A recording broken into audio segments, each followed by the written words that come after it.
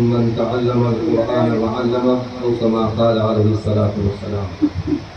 قابل قدر علماء کرام، اس گاؤں کے علاقے کے بزرگوں، بھائیوں، نوجوانوں، عزیز بچوں اور بچیوں، ماشاءاللہ آپ حضرات مجھ سے بہت پہلے سے بچوں کا پروگرام، نعت، نظم، مکالمے، قرآن کریم کی تلاوت، بہت ہی دلچسپ معلومات آپ سماعت فرما رہے تھے۔ ماشاءاللہ بچوں کی باتیں اور ان کا پروگرام سن کر کے پتہ چلتا ہے کہ آپ کے امام صاحب مولانا عابد صاحب جو میرے عزیز ہیں، وہ بہت اچھا آپ کے بچوں پر محنت کر رہے ہیں۔ کھانا جب بناتے ہیں مستری تو دیگ میں سے 2-4 چاول نکال کے دیکھتے ہیں اور پوری دیگ کا فیصلہ کر دیتے ہیں کہ چاول پک گئے، گل گئے، اور اس کا فیصلہ کر دیتے ہیں بھائی۔ تو بانگی کے طور پر، سیمپل کے طور پر آپ کے سامنے ان بچوں کو پیش کیا گیا ہے۔ چند بچوں کا پروگرام سن کر یہ فیصلہ کرنا بہت آسان ہو جاتا ہے کہ اس مکتب میں، مسجد میں بچوں پر بہت اچھی محنت ہو رہی ہے۔ اس کے ساتھ ساتھ ایک افسوسناک پہلو یہ ہے کہ ہمارے میوات کے ماشاءاللہ بڑے بڑے علماء اکابر یہاں تشریف لائے ہیں، ہمارے نزدیک کوئی خاص اہمیت نہیں ہے۔ ان حضرات کی مصروفیات، مشغولیات، کہاں سے اتنا دور دراز میل کے مدد سے سفر کر کے یہاں تشریف لائے، اور چند ہمارے احباب مسجد میں موجود ہیں، چند احباب اور حضرات یہاں موجود ہیں، جبکہ ان کا نام سن کر کے مسجد کیا کہ راستے بھی کھچا کھچ بھرے ہوئے ہوتے۔ اللہ ہم کو قدردانی کی توفیق عطا فرمائے۔ ایک ایک منٹ ان کا بہت قیمتی ہے۔ میں آپ کو بتا دوں، یہ 2 بیٹھے ہیں میرے پیچھے، یہ پوری میوات کا مغز ہیں۔ اس وقت میں آپ قدر جانو نہ جانو، میوات کا مغز ہیں، آپ کسی کو بھی بلا لو اور ان حضرات میں سے کوئی نہ ہو تو آپ کی مجلس پھیکی ہے۔ اتنے مصروف ترین یہ انسان ہے جو ہمارے درمیان تشریف لائے۔ اللہ ان کو برکت نصیب فرمائے اور ہم کو اپنے علماء کی قدردانی کی توفیق عطا فرمائے۔ ماشاءاللہ بچوں کو دیکھ کر طبیعت بے انتہا خوش ہے۔ ان کے پیچھے ان کے استاد کی کتنی بڑی محنت ہے اور کتنی مرتبہ ان کو سکھایا جاتا ہے، رٹایا جاتا ہے، تب جا کر کے بچے اس قابل ہوتے ہیں کہ اپنے سیکھے ہوئے کو مائک پا کر اور بڑے بڑے علماء کے سامنے کہہ سکیں۔ ورنہ آپ کو ہم جماعت میں لے جاتے ہیں، 40 دن تک آپ کو ہم صرف اعلان سکھاتے ہیں کہ یہ اعلان کرنا ہے کہ نماز کے بعد سب رک جانا، ہماری جماعت آئی ہوئی ہے، اللہ رسول کی باتیں ہوں گی۔ ایک چلے سیکھنے کے باوجود بھی نہ جانے زبان سے الٹا سیدھا نکل جاتا ہے۔ ہمارے ایک ساتھی نے سنایا کہ بجائے جماعت کے برات مڑ گئی، کہ ہماری برات آئیے میوات سے اور اللہ رسول کی بات مانی ہے نا۔